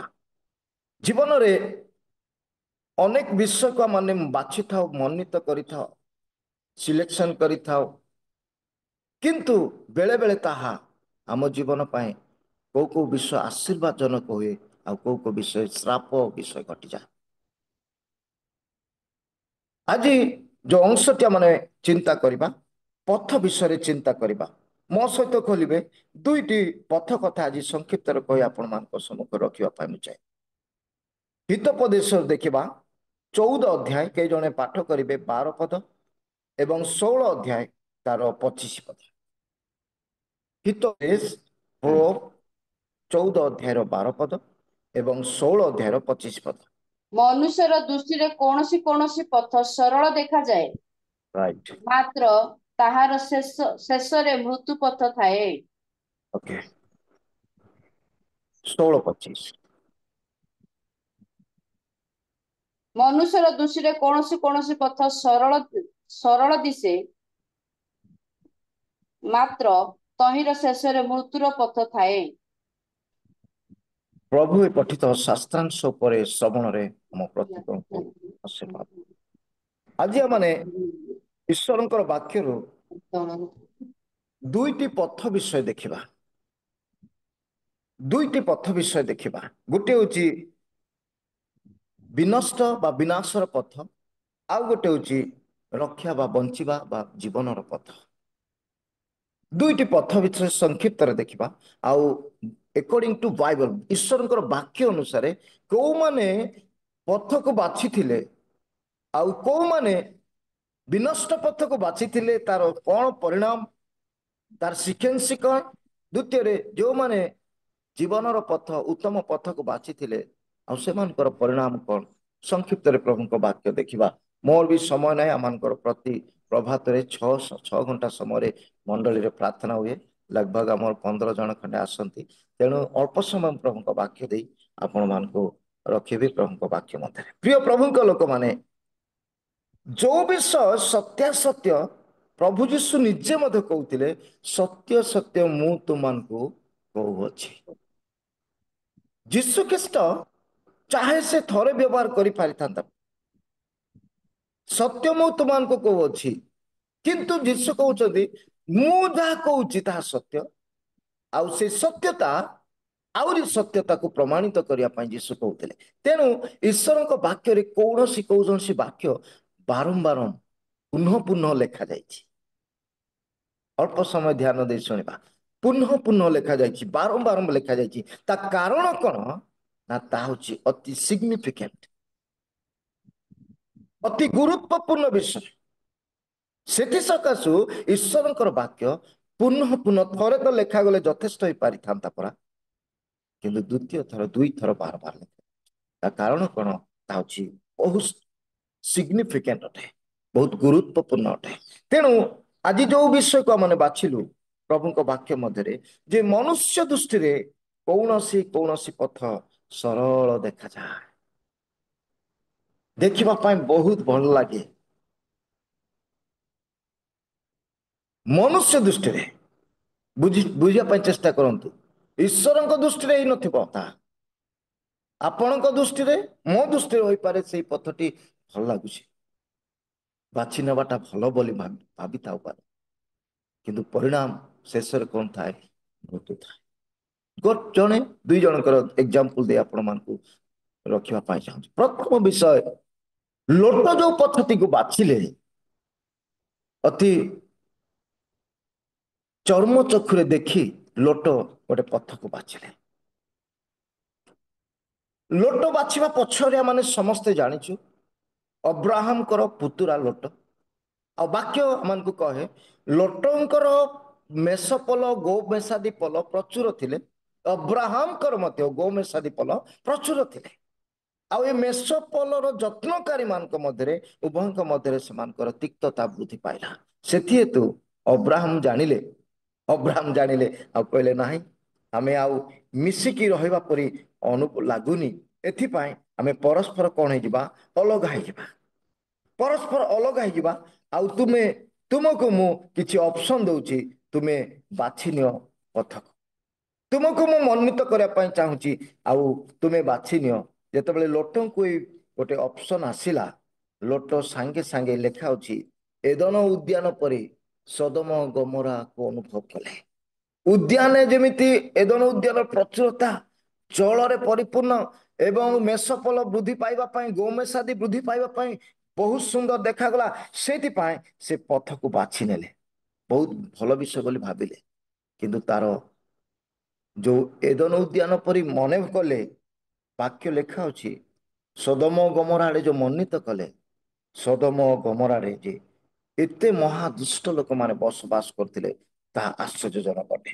ଆପଣ ପଢିବେ 13 ଅଧ୍ୟାୟ, ଆଦି ପୁସ୍ତକ 13 ଅଧ୍ୟାୟ ଦେଖନ୍ତୁ। କେହି ଜଣେ ପାଠ କରିବେ 10 ପଦ ଏବଂ 14, 15 ପଦ ପାଠ କରିବେ। ଶୀଘ୍ର ପଢିବେ। ଆଦି ପୁସ୍ତକ ତାର 13 ଅଧ୍ୟାୟ 10 ପଦ ଏବଂ 14, 15। ସେତେବେଳେ ଲୋଟ ଅନାଇ ଦେଖିଲେ, ହଁ, ଶରୀର ପର୍ଯ୍ୟନ୍ତ ଜର୍ଦ୍ଦନର ସମସ୍ତ ପ୍ରାନ୍ତର ସଦାପ୍ରଭୁଙ୍କର ଉଦ୍ୟାନ ପରି ସଦାପ୍ରଭୁ हाँ सदाप्रभुंकर उद्यान परि सर्वत ओ मिस्र देशर तुल्य अटल कारण से समय सदम हमरा सदाप्रभुଙ୍କ द्वारा विनष्ट ହୋଇନଥିଲା जे टिके ପରେ ପଢିବ शेष दुईटी पद पढ़िबे सदाप्रभुंकर उद्यान परि चक्षुरे जेतेबेले चर्म चक्षुरे लोट देखुचंती सदाप्रभुंकर उद्यान परि तांको अनुभव करूछंती से भाबुचंती सदाप्रभुंकर उद्यान परि लागुची आउ मिसर देशर तुल्य अटयता माने मिसर जो प्राचुर्यता से भाबुची सेईटा मिसर जे जगत सहित तुलना करे मिसर जे शैतान रो स्थान ताहा से देखि पाना ताको चक्षुरे देखुचंती सदाप्रभुंकर उद्यान सदृश किंतु वाक्य लेखा अछि झियो पढिबो 13 ଏବଂ 14 पद 13 ଏବଂ 14 पद ସେଇ ସୋଦମର ଲୋକମାନେ ମହାଦୁଷ୍ଟ ଓ ସଦାପ୍ରଭୁଙ୍କ ଛାମରେ ଅତି ପାପିଷ୍ଟ ଥିଲେ ସେଇ ସୋଦମର ଲୋକମାନେ ମହାଦୁଷ୍ଟ ଏବଂ ସଦାପ୍ରଭୁଙ୍କ ଦୃଷ୍ଟିରେ ଅତି ପାପିଷ୍ଟ ତା ମାନେ ସେ ବାଛିଛନ୍ତି ଜାଣିନାହାନ୍ତି ସୋଦମ ଗମରା ଅଞ୍ଚଳରେ ସୋଦମ ଅଞ୍ଚଳରେ ତାଙ୍କ ପାଇଁ ଯେ ବହୁତ ଆଶୀର୍ବାଦ ବୋଲି ମନେ କଲେ ସଦାପ୍ରଭୁଙ୍କର ଉଦ୍ୟାନ ପରି ଲାଗିଲା ମିସର ଦେଶର ତୁଲ୍ୟ ଅଟଇ ଲାଗିଲା ଅନୁଭବ କଲେ ବାଛିଲେ ଚର୍ମ ଚକ୍ଷୁରେ ସେ ଦେଖିନାହାନ୍ତି ଆଭ୍ୟନ୍ତର ଚକ୍ଷୁରେ ସୋଦମ ଗମରାର ଦୁରାବସ୍ଥା ସଦାପ୍ରଭୁଙ୍କ ଦୃଷ୍ଟିରେ ସେମାନେ ପାପ କରୁଅଛନ୍ତି ଶ୍ରାପ ପାଉଛନ୍ତି ଦଣ୍ଡରେ ଅଛନ୍ତି ତାହା ଜାଣିଲେ ନାହିଁ ଆଉ ବାକ୍ୟ ଲେଖା ଅଛି ଈଶ୍ୱରଙ୍କ ଲୋକ ଅବ୍ରାହ୍ମଙ୍କ ଠାରୁ ଆପଣାକୁ ପୃଥକ କରିଦେଲେ ଈଶ୍ୱରଙ୍କ ଲୋକ ଲେଖା ହଉଛି 14 ପଦରେ ଅନନ୍ତର ଅବ୍ରାହ୍ମ ଠାରୁ ଲୋଟ ପୃଥକ ହେଲା ଉତ୍ତାରେ ସଦାପ୍ରଭୁ ଅବ୍ରାହ୍ମକୁ କହେ ପୃଥକ ହେଇଗଲେ ଯେତେବେଳେ ମାନେ ଭଲ ବିଷୟ ବୋଲି ଭାବୁଛୁ କିନ୍ତୁ ଜାଣୁନୁ ଈଶ୍ୱରଙ୍କର ସହଭାଗିତାରେ ଅଛୁ ପ୍ରଭୁଙ୍କ ଲୋକଙ୍କ ସାନିଧ୍ୟରେ ଅଛୁ ଆମର ଆତ୍ମିକତାରେ ସୁଦୃଢ ଅଛି ଆମେ ଡଗମଗିବା ନାହିଁ ଆମେ ହଲଚଲ ହେଇପାରିବା ନାହିଁ ପ୍ରଭୁଙ୍କ ସାନିଧ୍ୟରେ ଅଛୁ ପ୍ରଭୁଙ୍କ ଲୋକମାନଙ୍କ ସହିତ ରହିବା ଅର୍ଥ ପ୍ରଭୁଙ୍କ ସାନିଧ୍ୟରେ ଅଛୁ ସେତେବେଳେ ଆମମାନଙ୍କ ଜୀବନରେ ସ୍ଥିରତା ଥାଏ ଯେତେବେଳେ ମନର ଚିନ୍ତାଧାରା ଆମକୁ ଅଦଳ ବଦଳ କରିଦିଏ ଆମେ ସଂସାର ଆଡକୁ ଟିକେ ଅନାଇ ଦଉ ଭଲ ଲାଗିଯାଏ ସେତେବେଳେ ଆମେ ଜାଣିନଥାଉ କୋଉଠୁ ବିଷୟକୁ ବାଛି ନଉଛୁ କୋଉ ବିଷୟକୁ ବାଛି ନଉଛୁ ପ୍ରିୟ ପ୍ରଭୁଙ୍କ ଲୋକମାନେ କୌଣସି ପଥ ସରଳ ଦେଖାଯାଏ ମନୁଷ୍ୟ ଦୃଷ୍ଟିରେ କୌଣସି ପଥ ସରଳ ଦେଖାଯାଏ ଭଲ ଲାଗୁଥିବ ଆପଣଙ୍କୁ ଭଲ ଲାଗିବ ମତେ ବି ଭଲ ଲାଗିବ କିନ୍ତୁ ଶେଷରେ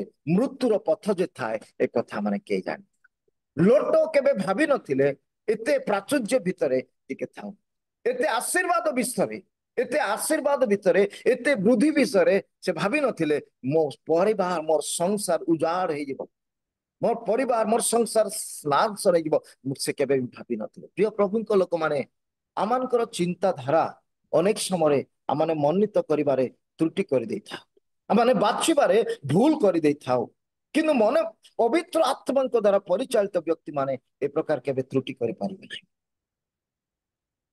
ବାଛିବା କଣ ପ୍ରଭୁଙ୍କ ଦୃଷ୍ଟିରେ ତା ଯଥାର୍ଥ ପରି ମନେ ହୁଏ କି କଷ୍ଟ ହେଇପାରେ ଦୁଃଖ ହେଇପାରେ କିନ୍ତୁ ପ୍ରଭୁ କଣ ମତେ ଚାହୁଁଛନ୍ତି ସେଇଥିପାଇଁ ଏଭ୍ରି ପୁସ୍ତକ 11 ଅଧ୍ୟାୟ ଲେଖାଗଲା ଯେ ଜଗତର ସମସ୍ତ ଆନନ୍ଦ ଅପେକ୍ଷା ଈଶ୍ୱରଙ୍କ ଲୋକମାନଙ୍କ ସହିତ ଦୁଃଖରେ କାଳକ୍ଷେପଣ କରିବା ପାଇଁ ସେ ମନେ କାରଣ ଆଗାମୀ ପୁରସ୍କାର ନିମନ୍ତେ ମୋସା ଦୂର ଦୃଷ୍ଟିରେ ସେ ଚାହୁଁଥିଲେ ଏଭ୍ରି ପୁସ୍ତକ ଆପଣ 11 ଅଧ୍ୟାୟର 25 ପଦ ଯଦି ପଢିବେ 24-25 ପଦ ପାପ କ୍ଷଣିକ ସୁଖ ଭୋଗ ଅପେକ୍ଷା ଈଶ୍ୱରଙ୍କ ଲୋକମାନଙ୍କ ସହିତ ବରଂ ଦୁଃଖ ଭୋଗ କରିବାକୁ ସେ ପସନ୍ଦ କଲେ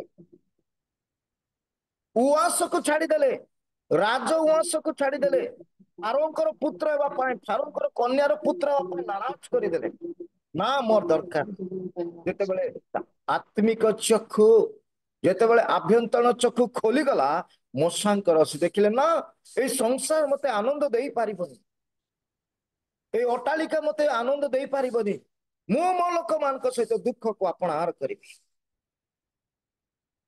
କ୍ଷଣିକ ସୁଖ ଜଗତର କ୍ଷଣିକ ସୁଖ ପାଇଁ ଅନେକ ବିଷୟ ଆଜି ମାନେ ମୃତ୍ୟୁ ଆଡକୁ ଟାଣି ନେଇ ଯାଇଛି ବିନଷ୍ଟ ପଥକୁ ବାଛି ନେଇ ଯାଇଛନ୍ତି ଆଜି ଅନେକ ଅଛନ୍ତି ଜଗତରେ ପ୍ରଭୁଙ୍କ ଲୋକମାନେ କ୍ଷଣିକ ସୁଖ ପାଇଁ ବିନଷ୍ଟ ପଥକୁ ବାଛି ନେଇଛନ୍ତି ତେଣୁ ବାକ୍ୟ ଲେଖା ହଉଛି ମନୁଷ୍ୟ ଦୃଷ୍ଟିରେ କୌଣସି ପଥ ସରଳ ଦେଖାଯାଏ କିନ୍ତୁ ଶେଷରେ ତାର ମୃତ୍ୟୁ ଥାଏ ଲୋଟ ଭାବି ନଥିଲେ ଆମୂଳେ ଚୂଳେ ଅଭିଶପ୍ତ ହେଇଯିବ ପରିବାର ବୋଲି ତାଙ୍କ ସ୍ତ୍ରୀ ଯେ ଲବଣ ସ୍ତମ୍ଭ ହେଇଯିବ, ଯୋଉ ନଗର ଯୋଉ ଆଡେ ବାଛିଲେ ସଦମ ଗମନ ଯେ ଅନ୍ଧକ ଗନ୍ଧକରେ ସମ୍ପୂର୍ଣ୍ଣ ବିନାଶ ହେଇଯିବ, ତାହା ସେ ଭାବିନଥିଲେ।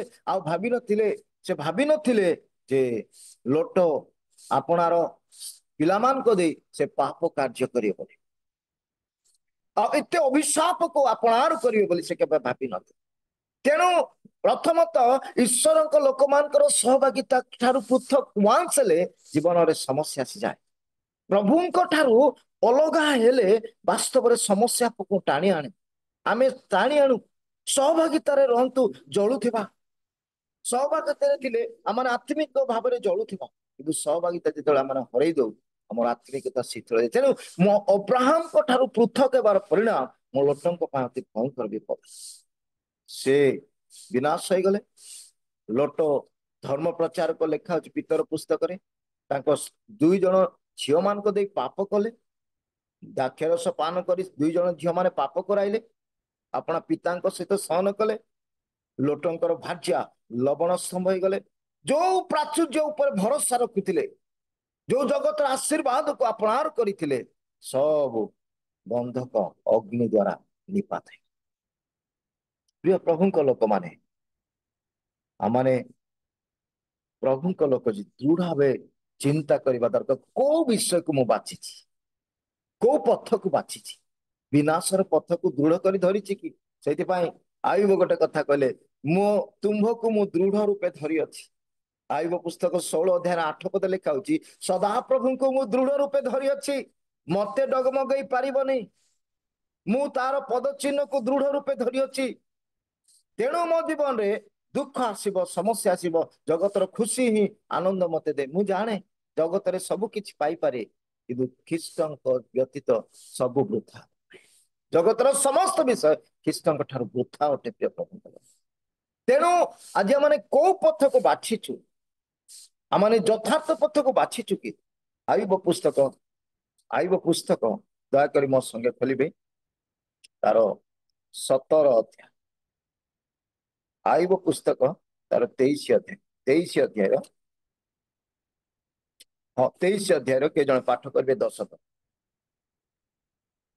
ସିମୋନ ବାବୁ ପ୍ରାର୍ଥନା କରିକି ଆରମ୍ଭ କରନ୍ତୁ। ମାତ୍ର ମୁଁ ଯୋଉ ପଥ ଅବଲମ୍ବନ କରେ ସେ ତାହା ଜାଣନ୍ତି, ସେ ମୋହର ପରୀକ୍ଷା କଲା ଉତାରି ମୁଁ ସୁବର୍ଣ୍ଣ ପରି ଉତ୍ତୀର୍ଣ୍ଣ ହେବି। 11 ପଦ ଟିକେ ପାଠ କରିବେ। ମୋହର ପାଦ ତାହାଙ୍କର ପଦଚିହ୍ନ ଦୃଢ ରୂପେ ଧରିଅଛି, ମୁଁ ତାହାଙ୍କ ପଥ ରକ୍ଷା କରିଅଛି ଓ ବିପଥଗାମୀ ହୋଇନାହିଁ। ବିପଥଗାମୀ ହୋଇନାହିଁ। ମୁଁ ଯୋଉ ପଥ ଅବଲମ୍ବନ କରେ ସେ ତାହା ଜାଣନ୍ତି। ମନୁଷ୍ୟ ଦୃଷ୍ଟିରେ କୌଣସି ପଥକୁ ବାଛି ଦଉ, ଆମେ ଜାଣୁ, ଭାବୁ ପ୍ରଭୁ ଆମର ପଥ ବିଷୟରେ ଜାଣନ୍ତି ନାହିଁ ବୋଲି। କିନ୍ତୁ ଆୟୁବ କହୁଛନ୍ତି, ମୁଁ ଯୋଉ ପଥକୁ ଅବଲମ୍ବନ କରିଅଛି ସେ ଜାଣନ୍ତି, ଆଉ ମତେ ଟେଷ୍ଟିଂ କରିବେ। ଯେତେବେଳେ ସୁବର୍ଣ୍ଣକୁ ଯେପରି ଅଗ୍ନିରେ ପରୀକ୍ଷା କଲା, ଟେଷ୍ଟ କରାଗଲେ ଖାଣ୍ଟି ସୁନା ବାହାରିଯାଏ, ତଦ୍ରୂପ ମତେ ଯେତେବେଳେ ପରୀକ୍ଷା କରାଯିବ ମୁଁ ସୁବର୍ଣ୍ଣ ପରି ଉତ୍ତୀର୍ଣ୍ଣ ହେବି। ମୁଁ ସଦା ପ୍ରଭୁଙ୍କ ପଥକୁ ଦୃଢ କରି ଧରିଅଛି। ହାଲେଲୁୟା। ପ୍ରିୟ ପ୍ରଭୁଙ୍କ ଲୋକମାନେ, ଆଜି ଆମେ କୋଉ ପଥକୁ ବାଛିଛୁ, କୋଉ ପଥକୁ ଦୃଢ କରି ଧରିଅଛୁ? ହୋଲ୍ଡ ଅନ ଟୁ ଦ ଗଡ୍। ଛୋଟ କରସ୍ଟି ଗାଆନ୍ତୁ, ସରି ଟିକେ ଛୋଟ କରସ୍ଟି ସ୍ଲୋରେ ଗାଇବି ବାକ୍ୟ। ହୋଲ୍ଡ ଅନ ଟୁ ଗଡ୍, ସଦା ପ୍ରଭୁଙ୍କୁ ଦୃଢ କରି ଧରନ୍ତୁ। ପଥ ତ ଅନେକ, ବାଟ ତ ଅନେକ, କୌଣସି ପଥ ତ ବଢିଆ ମତେ ଆମେ ଲାଗିଯିବ, ଖୁସି ଦେବ, କିନ୍ତୁ ମୃତ୍ୟୁ ଆଡକୁ ଯେ ଆମେ ଟାଣି ନେଇଯାଏ ଶୈତାନ, ଆମେ କେହି ଜାଣିନ। ସମୂଳେ ଉତ୍ପାଟନ ହେଇଗଲା ସୋଦମ ଗମୋରା ଏବଂ ସମୂଳେ ଲୋଟଙ୍କର ପରିବାର ନଷ୍ଟ ହେଇଗଲା। ଦୁଃଖର କଥା। ପ୍ରଭୁଙ୍କ ଲୋକମାନଙ୍କ ସଙ୍ଗେ ଥାଇ ଯୋଉ ଜଗତର ସୁଖ ପାଇଁ ଅନେଇଲେ, ସଦା ପ୍ରଭୁଙ୍କର ଉଦ୍ୟାନ ପରି ଲାଗିଲା, ତା ପରିଣାମ କେତେ ଦୁଃଖଦାୟକ ବିଷୟ। ତେଣୁ ପ୍ରିୟ ପ୍ରଭୁଙ୍କ ଲୋକମାନେ, ଆୟୁବ କହୁଛନ୍ତି ମୋ ଜୀବନରେ ଘଟିଛି, ମୋର 7 ଜଣ ପୁତ୍ର 3 ଜଣ କନ୍ୟା ମରିଗଲେ, ମୋର ଉସ୍ ଦେଶର ସମସ୍ତ ପ୍ରାଚୁର୍ଯ୍ୟ ହରେଇ ଦେଲୁ, କିନ୍ତୁ ଗୋଟେ ସୁନ୍ଦର କଥା, ମୁଁ ସଦା ପ୍ରଭୁଙ୍କର ପଥକୁ ଦୃଢ ରୂପେ ଧରିଅଛି।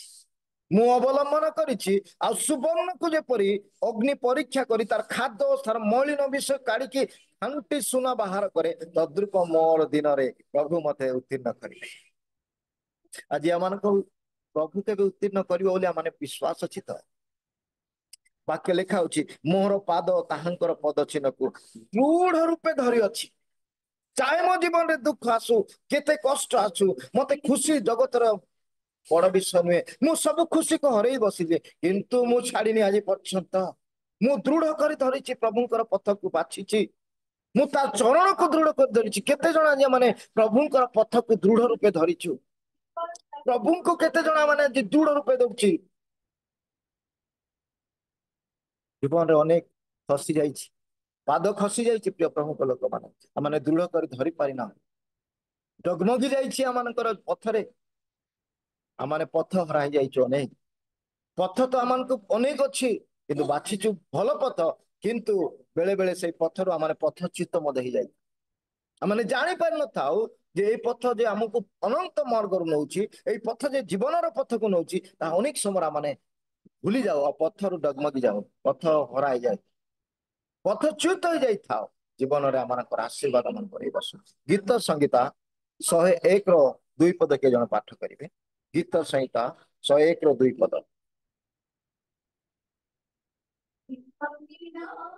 ମୁଁ ପଢୁଛି। ମୁଁ ବିବେଚନା ପୂର୍ବକ ସିଦ୍ଧ ପଥରେ ଗମନ କରିବି।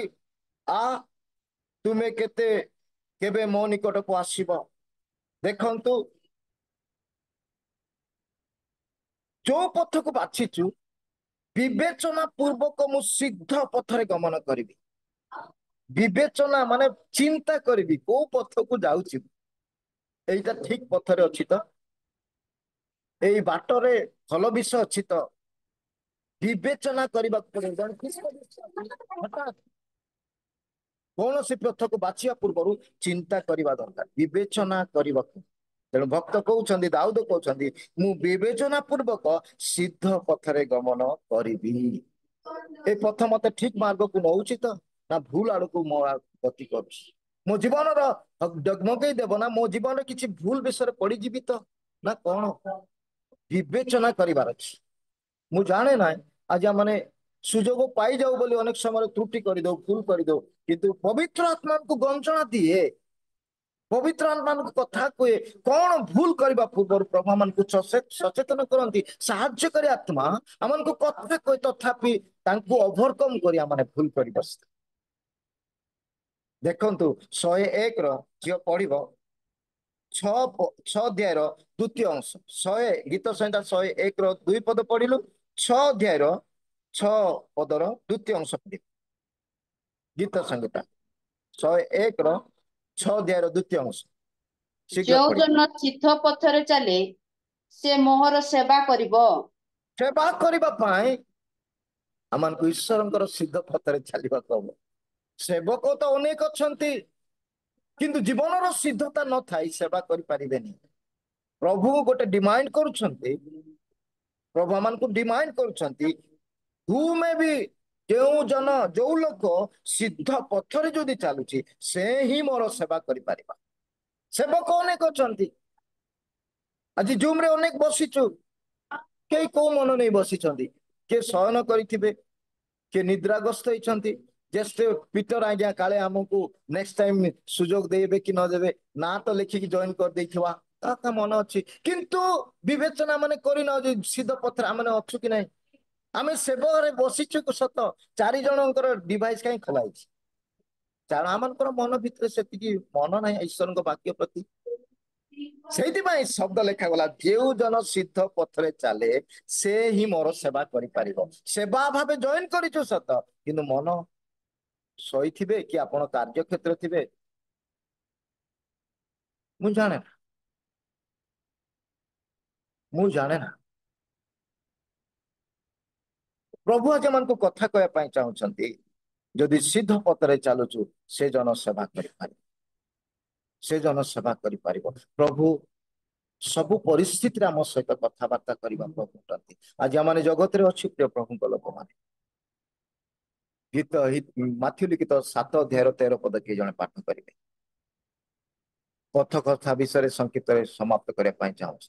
ମାଥ୍ୟୁ ଲିଖିତ 7 ଅଧ୍ୟାୟର 13 ପଦ କିଏ ଜଣେ ପାଠ କରିବେ? ସଂକୀର୍ଣ୍ଣ ଦ୍ୱାର ଦେଇ ପ୍ରବେଶ କର, କାରଣ ସର୍ବନାଶ ଘେନିଯିବା ଦ୍ୱାର ଓସାର ଓ ପଥ ପ୍ରଶସ୍ତ, ପୁଣି ତାହା ଦେଇ ପ୍ରବେଶ କରିବା ଲୋକେ ଅନେକ। ବଡ ପ୍ରାଞ୍ଜଳ ଭାବେ ପାର୍ବତ୍ୟ ଉପଦେଶରେ ପ୍ରଭୁ ଏ କଥା କହୁଛନ୍ତି। କଣ କହୁଛନ୍ତି? ସଂକୀର୍ଣ୍ଣ ଦ୍ୱାର ଦେଇ ତୁମେ ପ୍ରବେଶ କରିବା ଅପେକ୍ଷା ଦ୍ୱାର କି ପ୍ରକାର? ପ୍ରଶସ୍ତ ନୁହେଁ। ଦ୍ୱାର କି ପ୍ରକାର? ଛୋଟ ସଂକୀର୍ଣ୍ଣ। ଆପଣ ପଶିବା ପାଇଁ ବି କଷ୍ଟ ଲାଗୁଥିବ, ପଶିବା ପାଇଁ ଡର ଲାଗୁଥିବ, ତାହା ହଉଛି ଈଶ୍ୱରଙ୍କର ପଥଟେ। ସଂକୀର୍ଣ୍ଣ ପଥ ଦେଇ, ସଂକୀର୍ଣ୍ଣ ଦ୍ୱାର ଦେଇ ପ୍ରବେଶ କରିବା ପାଇଁ ତୁମେ ଚେଷ୍ଟା କର। କାରଣ ଲେଖା ହଉଛି, ଯେଉଁ ଦିନ ଲେଖା ହଉଛି ସେଇ ଦ୍ୱାର ଲେଖା ହଉଛି ପ୍ରଶସ୍ତ ଦ୍ୱାର 13 ପଦ, ସଂକୀର୍ଣ୍ଣ ଦ୍ୱାର ଦେଇ ପ୍ରବେଶ କର, କାରଣ ସର୍ବନାଶକ ଘେନିଯିବା ଦ୍ୱାର ଓସାର ପଥ ପ୍ରଶସ୍ତ, ପୁଣି ତାହା ଦେଇ ପ୍ରବେଶ କରିବା ଲୋକେ ଅନେକ। ତାହା ଦେଇ ପ୍ରବେଶ କରିବା ଲୋକ ଅନେକ। କାହିଁକି? ସଂକୀର୍ଣ୍ଣ ଦ୍ୱାର ଦେଇ ପ୍ରବେଶ କରିବା ପାଇଁ, ସେଇ ପଥ ଦେଇ ପ୍ରବେଶ କାହିଁକି କରିବା ପାଇଁ ଲୋକ କମ? କଣ ନିମନ୍ତେ ଆଜି କମି ଯାଇଛି? ପ୍ରଭୁ କହୁଛନ୍ତି ପାର୍ବତ୍ୟ ଉପଦେଶରେ ସଂକୀର୍ଣ୍ଣ ଦ୍ୱାର ଦେଇ ପ୍ରବେଶ କର। କମାଣ୍ଡ, ଏଟା ଗୋଟେ ଆଦେଶ। କାରଣ ପ୍ରଶସ୍ତ ଦ୍ୱାର ଦେଇ ପ୍ରବେଶ କରିବା ଲୋକ ହଉଛି ଅନେକ ଅନେକ ଅଛି। କାରଣ ଜଣା ପଡେନି, ଯୋଉମାନେ ପବିତ୍ର ଆତ୍ମାଙ୍କ ଦ୍ୱାରା ପରିଚାଳିତ ହେବା ଲୋକମାନେ ମଧ୍ୟ ଝୁଣ୍ଟି ପଡନ୍ତି। ପ୍ରଭୁଙ୍କର ଭଗବାନ ଦାସମାନେ ମଧ୍ୟ ଝୁଣ୍ଟି ପଡନ୍ତି। କାରଣ ଜୀବନ ସଂସାର ଖୁସି ଆନନ୍ଦ ଆମକୁ ବେଶୀ ଆନନ୍ଦ ଲାଗେ କ୍ଷଣିକ ପାଇଁ, ଅଳ୍ପ ସମୟ ପାଇଁ, ଅଳ୍ପ ସମୟ ପାଇଁ ଖୁସି ଦେବ, ଶାନ୍ତି ଦେବ। ସେଥିପାଇଁ ଅନେକ ଆଜି ଝୁଣ୍ଟି ପଡିଛନ୍ତି, ସେ ପଥକୁ ବାଛି ଦେଇଛନ୍ତି। ଶିବନାବୁ କହିବେ ବାକ୍ୟ, ସେଇ ପଥକୁ ଆଜି ଅନେକ ବାଛି ଦେଇଛନ୍ତି। ପ୍ରଭୁଙ୍କର ମହାନ ମହାନ ଦାସ ମାନେ ମଧ୍ୟ ଝୁଣ୍ଟି ପଡିଛନ୍ତି, ଠିକ ଭାବେ ପ୍ରଭୁଙ୍କର ପଥକୁ ଦୃଢ ରୂପେ ଧରି ପାରିନାହାନ୍ତି। କାରଣ କ୍ଷଣିକ କ୍ଷଣିକ ଖୁସି ପାଇଁ, ଆନନ୍ଦ ପାଇଁ ଅନେକ ଆଶୀର୍ବାଦ ଆଜି ହରେଇ ବସିଛୁ। ପଥଚ୍ୟୁତ ହେଇଯାଇଛୁ, ପଥ ହରାଇ ଯାଇଛୁ। ପ୍ରଭୁ ଆଜି ଆମକୁ ସାହାଯ୍ୟ କରନ୍ତୁ। ଆମମାନେ ଆଜି କୋଉ ପଥକୁ ବାଛିଛୁ? ସଂକୀର୍ଣ୍ଣ ପଥରେ ପ୍ରବେଶ କରିବା ପାଇଁ ପ୍ରାଣପଣ କରୁଛୁ କି ନା ପ୍ରଶସ୍ତ ପଥକୁ ବାଛିଛୁ? ଯଦି ପ୍ରଶସ୍ତ ପଥକୁ ବାଛିଛୁ, ସେ ତ ଅନେକ ଲୋକ ଅଛନ୍ତି, କିନ୍ତୁ ଈଶ୍ୱରଙ୍କର ଜୀବନ ପ୍ରାପ୍ତ ସେମାନେ ହେଇପାରିବେ। ତେଣୁ ଶେଷ କଥା କହି ସମାପ୍ତ କରିବି। ପାଉଲଙ୍କର କଥା ବାହାର କରିବା 2 ତିମୋଥୀ ତାର 4 ଅଧ୍ୟାୟ 7 ପଦ 8 ପଦ ପଢି ସମାପ୍ତ କରିବା। ଶେଷ କଥା, ସମୟ ହେଇଗଲା। ମୋର ପ୍ରିୟ ପ୍ରଭୁଙ୍କ ଲୋକମାନେ ଦୟାକରି କିଏ ଜଣେ ପାଠ କରିବେ 4 ଅଧ୍ୟାୟର 7 ଏବଂ 8 ପଦ। ପାଉଲ, ମୁଁ ଉତ୍ତମ ଯୁଦ୍ଧରେ ପ୍ରାଣପଣ କରିଅଛି, ନିରୂପିତ ପଥ ଶେଷ ପର୍ଯ୍ୟନ୍ତ ଦୌଡ଼ିଅଛି, ମୁଁ ବିଶ୍ୱାସ ରକ୍ଷା କରିଅଛି। ଆଦ୍ୟବଧି ମୋ ନିମନ୍ତେ ଧାର୍ମିକତାର ମୁକୁଟ ରଖାଯାଇଅଛି, ତାହା ସେହି ମହାଦିନରେ ନ୍ୟାୟବାନ ବିଚାରକର୍ତ୍ତା ପ୍ରଭୁ ମତେ ଦେବେ। ପୁଣି କେବଳ ମତେ ନୁହେଁ, ମାତ୍ର ଯେତେ ଲୋକ ତାହାଙ୍କ ଆଗମନକୁ ପ୍ରିୟ ଜ୍ଞାନ କରନ୍ତି, ସେ ସମସ୍ତଙ୍କୁ ଦେବେ। ସମୟ ହେଇଗଲା, ଶେଷ କଥା କହି ସମାପ୍ତ। ସେ କହନ୍ତି, I have fought the good fight, ମୁଁ ଉତ୍ତମ ଯୁଦ୍ଧରେ ପ୍ରାଣପଣ କରିଅଛି। ଆଉ ଲେଖା ଅଛି, ଆଇ କିପ୍ ଦ ଫେଥ୍, ମୁଁ ବିଶ୍ୱାସକୁ ରକ୍ଷା କରିଅଛି। ଏବଂ ସେ କହନ୍ତି, ମୁଁ ତାହାଙ୍କର ପଥକୁ ଶେଷ ପର୍ଯ୍ୟନ୍ତ ମୁଁ ଦୌଡୁଅଛି। ମୁଁ ତାଙ୍କର ପଥର ଶେଷ ପର୍ଯ୍ୟନ୍ତ ମୁଁ ଦୌଡୁଅଛି। ଲେଖାଗଲା, ନିରୂପିତ ପଥର ଶେଷ ପର୍ଯ୍ୟନ୍ତ ମୁଁ ଦୌଡୁଅଛି। ଯୋଉ ପଥ ପାଉଲ ବାଛିଥିଲେ, ଆରମ୍ଭରୁ ବାଛିଥିଲେ, ସେଇ ପଥର ଶେଷ କରୁଛନ୍ତି। ସେଇ ପଥରେ ହିଁ ସେ ଦୌଡୁଅଛନ୍ତି।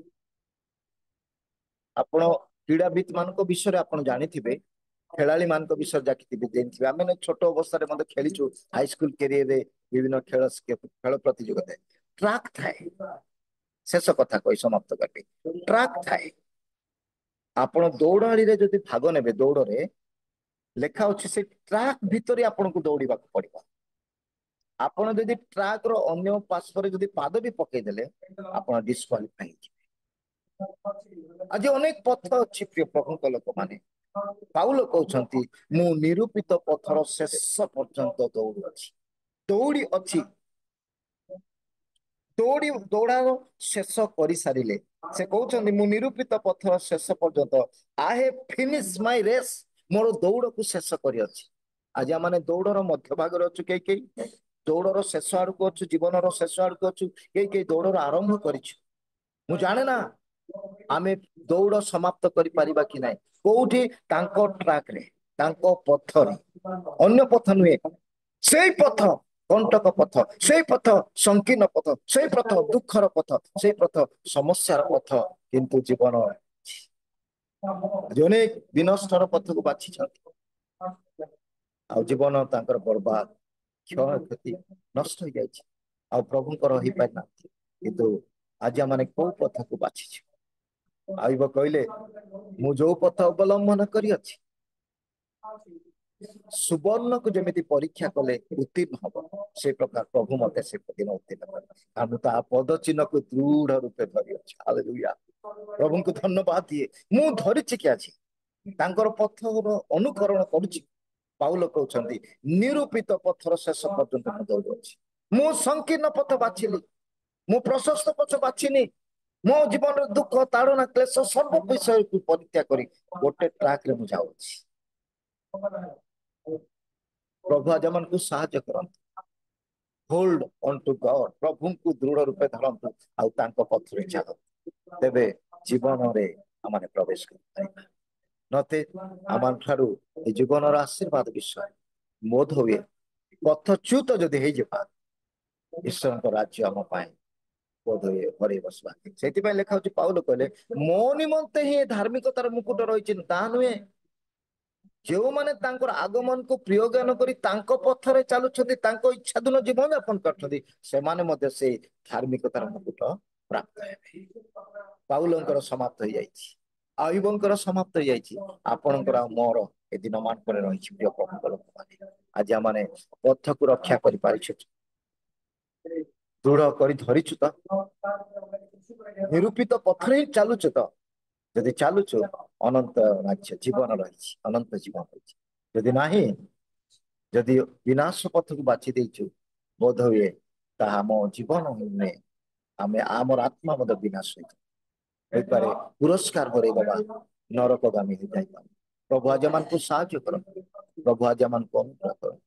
ମନୁଷ୍ୟ ଦୃଷ୍ଟିରେ କୌଣସି ପଥ ସରଳ ଦେଖାଯାଏ, ଶେଷରେ ମୃତ୍ୟୁ ଥାଏ। ମୃତ୍ୟୁର ପଥ ଦେଖିଲୁ ଜଣଙ୍କର ଜୀବନ।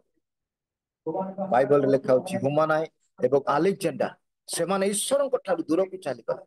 ଆପଣ ଏଇ 4 ଅଧ୍ୟାୟର 10 ପଦ ଯଦି ପଢିବେ, ଦିମାଙ୍କର କଥା ଲେଖା ହଉଛି। ସଂସାରକୁ ପ୍ରେମ କରି ଦିମା କଣ କଲେ?